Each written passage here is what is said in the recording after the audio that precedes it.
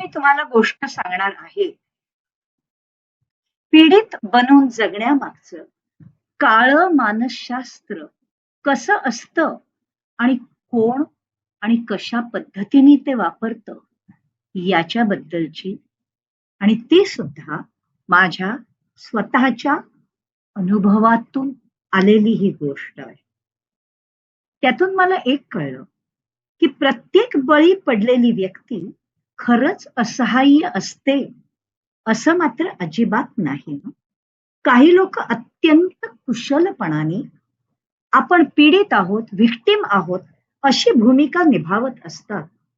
अशा लोकांना एक सूक्ष्म आणि जवळजवळ सैतानी आनंद मिळत असतो.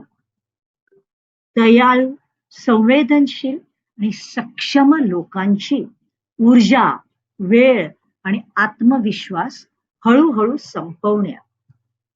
हो, मला ही गोष्ट खूप उशिरा समजली. बराच काळ मी एका अशा व्यक्तीला मदत करत होते जी स्वतःला खूप असहाय्य आहे असं भासवत होती. मलाही वाटायचं की खरोखरी मी जर हिला आधार नाही दिला तर जगात हिला आधार देणारं कोणीच नसेल.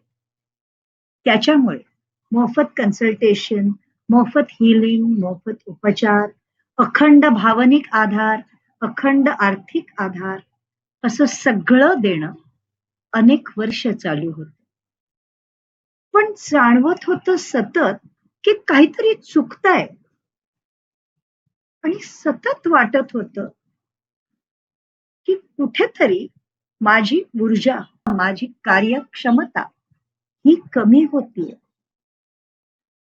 आणि असंच असताना एका सायको लिगल प्रकरणात मी तिला मार्गदर्शन केलं आणि काही सक्षम वकिलांकडे पाठवलं.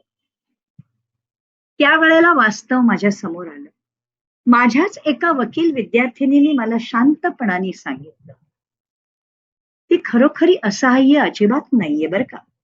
ती सवयीने स्वतःला पीडित म्हणून दाखवतीये आणि लोकांकडून, तुमच्यासारख्यांकडून फायदे मिळवण्याकरता कायम ती स्वतः असहाय्य आहे असं दाखवत चाललीये. त्या एका वाक्याने माझा दृष्टिकोनच बदलला. मी अधिक बारकाईने निरीक्षण करायला सुरुवात केली आणि मग एक गोष्ट स्पष्ट झाली.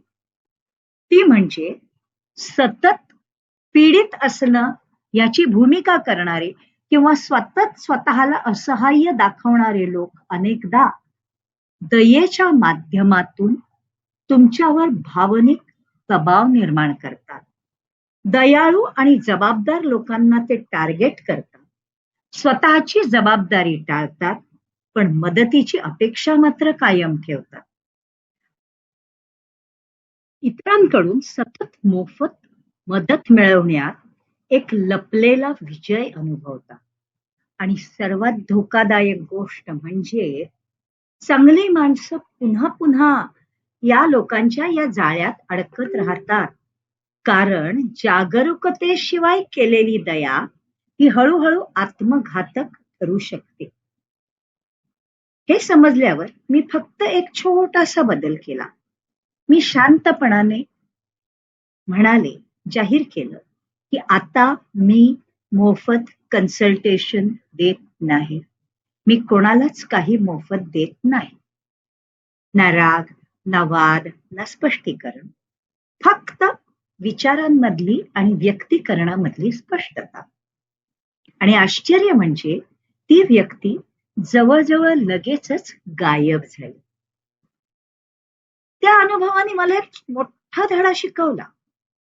प्रत्येक मदत मागणारी व्यक्ती खरंच आपले प्रश्न सोडवण्याची इच्छा ठेवते असं नाही.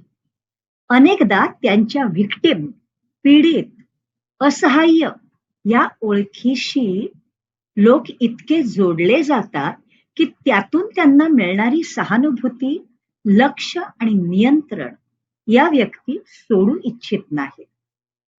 म्हणून मी श्रोत्यांना एकच विनंती करीन, तुमचा दयाळूपणा नक्की जपा, पण त्याचबरोबर तुमची स्वतःची ऊर्जा जपा, तुमचा आत्मसन्मान जपा, तुमचं समाजातलं स्थान जपा आणि हो, तुमच्या खिशातले पैसे पण जपा. कारण सहानुभूती कधीही आपल्या मानसिक, शारीरिक, आर्थिक किंवा सामाजिक दर्जाच्या स्वास्थ्याच्या किमतीवर कधीच करू नये. सहानुभूतीची अशी किंमत करणं म्हणजे आत्मघातकी निर्णय घेणं, हे लक्षात ठेवा. धन्यवाद.